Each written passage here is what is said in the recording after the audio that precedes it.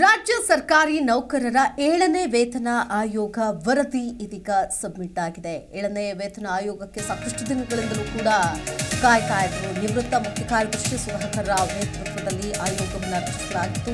ಸರ್ಕಾರಿ ನೌಕರರ ವೇತನವನ್ನು 27% ಹೆಚ್ಚಿಸುವುದಕ್ಕೆ ಶಿಫಾರಸು ಮಾಡಲಾಗಿದೆ. ಈ 7ನೇ ವೇತನ ಆಯೋಗದ ಪ್ರಕಾರ ಕನಿಷ್ಠ ಮೂಲ ವೇತನ ಅಂದರೆ ಬೇಸಿಕ್ ಸ್ಯಾಲರಿ 27,000ಕ್ಕೆ ಹೆಚ್ಚಿಸುವಂತೆ ಶಿಫಾರಸು ಮಾಡಲಾಗಿದೆ. 27% ಇರೋದಕ್ಕೆ ಇನ್ನು 27% ಜಾಸ್ತಿ ಮಾಡಿ ಅಂತೇಳಿ ಶಿಫಾರಸು ಮಾಡಲಾಗಿದೆ. ರಾಜ್ಯ ಸರ್ಕಾರಿ ನೌಕರರ ಬಹು ನಿರೀಕ್ಷಿತ 7ನೇ ವೇತನ ಆಯೋಗದ ವರದಿ ಇದೀಗ ಸಲ್ಲಿಕೆಯಾಗಿದೆ.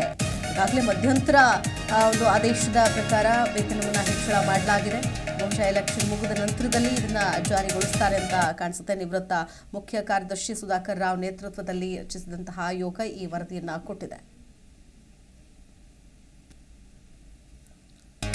ಆಯೋಗದ ವರದಿಯನ್ನು ಪರಿಶೀಲಿಸಿ ಸೂಕ್ತ ತೀರ್ಮಾನ ಅಂತ ಹೇಳಿದ್ರು ಸಿಎಂ ಸಿದ್ದರಾಮಯ್ಯನವರು. ನೀತಿ ಸಂಹಿತೆ ಇವತ್ತೇ ಜಾರಿಯಾಗುವ ಹಿನ್ನೆಲೆಯಲ್ಲಿ ಆಯೋಗದ ವರದಿ ಜಾರಿಯಾಗುವುದು ಕಷ್ಟ.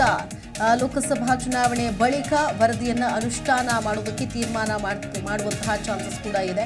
ಈಗಾಗಲೇ 17.5% ಮಧ್ಯಂತರ ಪರಿಹಾರದ ರೂಪದಲ್ಲಿ ತಾತ್ಕಾಲಿಕ ವೇತನವನ್ನು ಹೆಚ್ಚಳ ಮಾಡಲಾಗಿದೆ. ಚುನಾವಣೆ ಬಳಿಕ ಇದನ್ನ ಜಾರಿ ಮಾಡುವುದಕ್ಕೆ ತೀರ್ಮಾನ ಕೈಗೊಳ್ಳುವ ಸಾಧ್ಯತೆ ಹೆಚ್ಚಿದೆ. ಆಯೋಗದ ವರದಿಯನ್ನ ಪರಿಶೀಲಿಸಿ ಸೂಕ್ತ ತೀರ್ಮಾನವನ್ನು ತೆಗೆದುಕೊಳ್ತೀವಿ ಎಂದಿದ್ದಾರೆ ಸಿಎಂ ಸಿದ್ದರಾಮಯ್ಯ. ಸರ್ಕಾರ ಇಂಟ್ರಿಮ್ ಆಗಿ 17% ಅವರ ಬೇಸಿಕ್ ಪೇ ಮೇಲೆ ಹೆಚ್ಚು ಮಾಡಿ ಒಂದು ಆದೇಶ ಹೊರಡಿಸಿತ್ತು.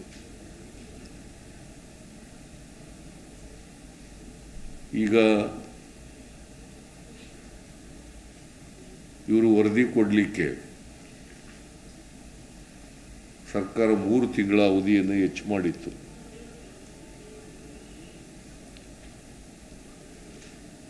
ನಿನ್ನೆಗೆ ಅಂದರೆ 15/3/2024 ಅವರ ಅವಧಿ ಮುಗಿತಾ ಇದೆ. 15/3/2024 ಅವರ ಅವಧಿ ಮುಗೀತದೆ. ನಿನ್ನೆ ನಾನು ಮೈಸೂರಿನಲ್ಲಿ ಇದ್ದದರಿಂದ ತಗೊಳಕ್ಕಾಗಲಿಲ್ಲ ವರದಿಯನ್ನು. ಅವರು ವರದಿ ರೆಡಿ ಇಟ್ಕೊಂಡಿದ್ರು. ನಾನು ವರದಿ ತಗೊಳಕ್ಕಾಗಲಿಲ್ಲ. ನಿನ್ನೆ ಮೈಸೂರಿಂದ ಲೇಟಾಗಿ ಬಂದೆ. ಹಾಗಾಗಿ ಇವತ್ತು ಬೆಳಿಗ್ಗೆ ತಗೋತಾ ಇದ್ದೀನಿ. ಅಂತಿಮ ವರದಿಯನ್ನು ಕೊಟ್ಟಿದ್ದಾರೆ.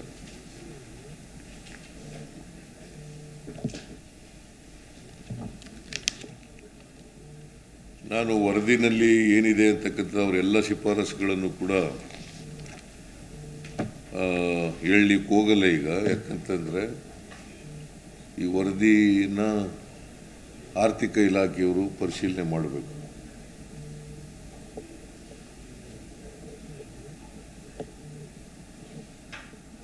ಅದ್ರ ಮುಖ್ಯವಾಗಿ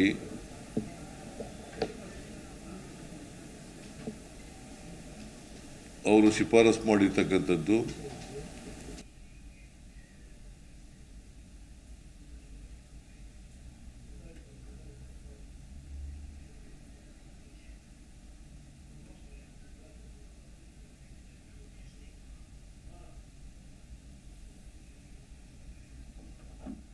ಇದೇ ವಿಷಯಕ್ಕೆ ಸಂಬಂಧಪಟ್ಟಂತೆ ಮತ್ತಷ್ಟು ಡೀಟೇಲ್ಸ್ ಕೊಡ್ತಾರೆ ನಮ್ಮ ಪ್ರತಿನಿಧಿ ರಾಜಪ್ಪ ಸೊತ್ತೂರು ದೂರವಾಣಿ ಸಂಪರ್ಕದಲ್ಲಿ ಜಾಯ್ನ್ ಆಗ್ತಾ ಇದ್ದಾರೆ. ಎಸ್ ರಾಜಪ್ಪ, 7ನೇ ವೇತನ ಆಯೋಗದ ವರದಿ ಇದೀಗ ಸರ್ಕಾರದ ಕೈ ಸೇರಿದೆ. ಎಕ್ಸಿಕ್ಯೂಷನ್ ಅಂತ ಬಂದಾಗ ಈಗ ಚುನಾವಣೆ ಇರುವಂತಹ ಹಿನ್ನೆಲೆಯಲ್ಲಿ ಚುನಾವಣೆಯ ನಂತರದಲ್ಲೇನೆ ಎಕ್ಸಿಕ್ಯೂಟ್ ಆಗತ್ತಾ?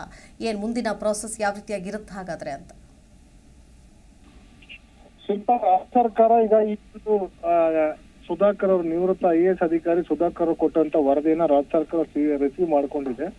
ಈಗಾಗಲೇ ಬಸವರಾಜ ಬೊಮ್ಮಾಯಿ ಅವರು ಮುಖ್ಯಮಂತ್ರಿ ಆಗಿದ್ದ ಸಂದರ್ಭದಲ್ಲಿ ಈ ಒಂದು ವೇತನ ಆಯೋಗವನ್ನು ರಚನೆ ಮಾಡಿದ್ರು. ಆ ಸಂದರ್ಭದಲ್ಲಿ ಅವರಿಗೆ ಸುಮಾರು 17%, 17.5% ಇಂಟ್ರಿಮ್ ರಿಲೀಫ್ ಮಧ್ಯಂತರ ಪರಿಹಾರದ ರೂಪವಾಗಿ ಏನು ಸರ್ಕಾರಿ ನೌಕರರಿಗೆ ಸರ್ಕಾರ ವೇತನ ಪರಿಹಾರವನ್ನು ಕೊಡ್ತಾ ಇದ್ರು. ಅದನ್ನ ಈಗಲೂ ಸಹ ಈ ಸರ್ಕಾರ ತೀರ್ಮಾನ ಯಾಕಂದ್ರೆ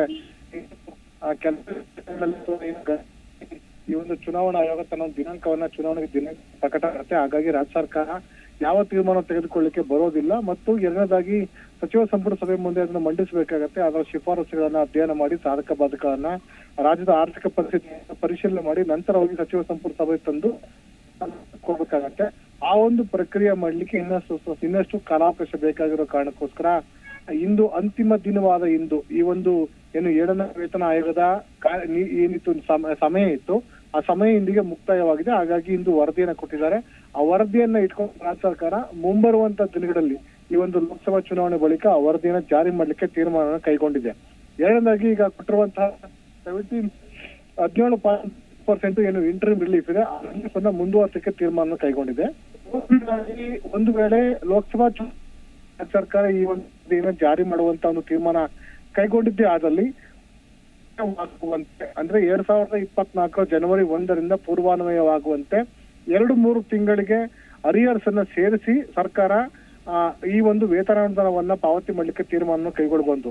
ಈ ಒಂದು ಸರ್ಕಾರಕ್ಕೆ ಸಲ್ಲಿಕೆ ಮಾಡಿರುವಂತ ವರದಿನಲ್ಲಿ ಏನು ನ್ಯಾಯಮೂರ್ತಿ ಕ್ಷಮಿಸಿ IAS ಅಧಿಕಾರಿ ಸುಧಾಕರ್ ರಾವ್ ಅವರು ಕೊಟ್ಟಿರುವಂತ ವರದಿನಲ್ಲಿ 27.5% ವೇತನವನ್ನು ಹೆಚ್ಚಳ ಮಾಡಲಿಕ್ಕೆ ತೀರ್ಮಾನ ಅವರು ಶಿಫಾರಸನ್ನ ಮಾಡಿದ್ದಾರೆ. ಎರಡನೇದಾಗಿ ಬೇಸಿಕ್ ಸ್ಯಾಲರಿಯಿಂದ ಅದನ್ನು 17,000ರಿಂದ 22,000ಕ್ಕೆ ವೇತನವನ್ನು 25,000ಕ್ಕೆ ವೇತನವನ್ನು ಹೆಚ್ಚಳ ಮಾಡಬೇಕು ಅಂತ ತೀರ್ಮಾನ ಕೈಗೊಳ್ಳಲಾಗಿದೆ. NPS ಬದಲಾಗಿ OPS ಅನ್ನು ಜಾರಿ ಮಾಡೋದ್ ಬಗ್ಗೆ ಸಹ ಸರ್ಕಾರದ ಗಮನವನ್ನು ಸೆಳೆಯಲಾಗಿದೆ. ಒಂದ್ ವೇಳೆ NPS ಬದಲಾಗಿ OPS ಅನ್ನು ಜಾರಿ ಮಾಡಿದಲ್ಲಿ ಸರ್ಕಾರಕ್ಕೆ ಹೆಚ್ಚುವರಿಗೆ ಆರ್ಥಿಕ ಹೊರೆಯಾಗುತ್ತೆ. ಅದನ್ನ ಸರ್ಕಾರ ನಿಭಾಯಿಸಲು ಪರ್ಯಾಯ ಆರ್ಥಿಕ ಸಂಪನ್ಮೂಲ ಕ್ರೋಢೀಕರಣ ಮಾಡಬೇಕಾಗತ್ತೆ ಅಂತ ಸೂಚನೆಯನ್ನ ಕೊಟ್ಟಿದ್ದಾರೆ. ಅದೇ ರೀತಿ ಸರ್ಕಾರಿ ನೌಕರರ ಒಂದು ಕೆಲಸದ ಅವಧಿ ಏನಿದೆ ಅದನ್ನ ಕೇವಲ 5 ದಿನಗಳಿಗೆ, ಸೋಮವಾರದಿಂದ ಶುಕ್ರವಾರ ತನಕ ಮಾತ್ರ 5 ದಿನಗಳಿಗೆ ಇಳಿಕೆ ಮಾಡಬೇಕು ಅಂತ ಸೂಚನೆಯನ್ನು ಸಹ ಈ ಶಿಫಾರಸಿನಲ್ಲಿ ಮಂಡಿಸಲಾಗಿದೆ. ಅದ್ರ ಜೊತೆಗೆ ಪಿಂಚಣಿ ಬಗ್ಗೆನೂ ಸಹ ಪ್ರತ್ಯೇಕ ಒಂದು ತೀರ್ಮಾನ ಕೈಗೊಳ್ಳಲಾಗಿದೆ. ಸ್ಥಳೀಯ ನಗರ ಸಂಸ್ಥೆಗಳು, ಸ್ಥಳೀಯ ಸಂಸ್ಥೆಗಳು, ಪಟ್ಟಣ ಪಂಚಾಯತಿ, ಪುರಸಭೆ ಏನು ನಗರಸಭೆ ಇದೆ ಅದಕ್ಕೋಸ್ಕರ ಪ್ರತ್ಯೇಕವಾಗಿ ಶಿಫಾರಸುಗಳನ್ನ ಮಂಡಿಸಲಾಗಿದೆ. ಯೂನಿವರ್ಸಿಟಿ ಗ್ರಾಂಟ್ ಕಮಿಷನ್ ಇರ್ಬೋದು, ಬ್ಯಾಂಕ್ಗಳಿರ್ಬೋದು, ಜನರಲ್ ಅಕೌಂಟ್ ಇರ್ಬೋದು ಮತ್ತು ಕೋರ್ಟ್ ಇರ್ಬೋದು, ಇವು ಪ್ರತ್ಯೇಕವಾದಂತಹ ಕಾನೂನುಗಳನ್ನ ಕೇಂದ್ರ ಸರ್ಕಾರದ ನಿಯಮಾವಳಿಗಳು ಬರ್ತವೆ. ಹಾಗಾಗಿ ಅದಕ್ಕೆ ಪ್ರತ್ಯೇಕವಾಗಿ ಶಿಫಾರಸುಗಳನ್ನ ಮಂಡಿಸಲಾಗಿದೆ. ಹೀಗಾಗಿ ಸಾಕಷ್ಟು ಸುಮಾರು 550 ಪುಟಗಳ ಅಂತಿಮ ವರದಿಯನ್ನ ರಾಜ್ಯ ಸರ್ಕಾರಕ್ಕೆ ಸಲ್ಲಿಕೆ ಮಾಡಿದ್ದಾರೆ. ಈ ವರದಿಯನ್ನು ಅಧ್ಯಯನ ಮಾಡಿ ರಾಜ್ಯ ಸರ್ಕಾರ ತೀರ್ಮಾನ ಕೈಗೊಳ್ಳಬೇಕಾಗತ್ತೆ. ಈ ಕೊಟ್ಟಿರುವಂತ ತೀರ್ಮಾನದ ಪ್ರಕಾರ 27.5% ಒಂದ್ ವೇಳೆ ವೇತನ ಹೆಚ್ಚಳ ಮಾಡಿದ್ರೆ 17,440 ಕೋಟಿ ರೂಪಾಯಿ ಹೆಚ್ಚುವರಿಗೆ ರಾಜ್ಯ ಸರ್ಕಾರಕ್ಕೆ ಆಗುವಂತ ಒಂದು ಸಾಧ್ಯತೆ ಇದೆ ಅಂತ ಅನ್ನೋದನ್ನ ವರದಿಯಲ್ಲಿ ತಿಳಿಸಲಾಗಿದೆ. ಶಿಲ್ಪಾ, ಓಕೆ, ಧನ್ಯವಾದ ರಾಜಪ್ಪ ಡೀಟೇಲ್ಸ್ಗಾಗಿ.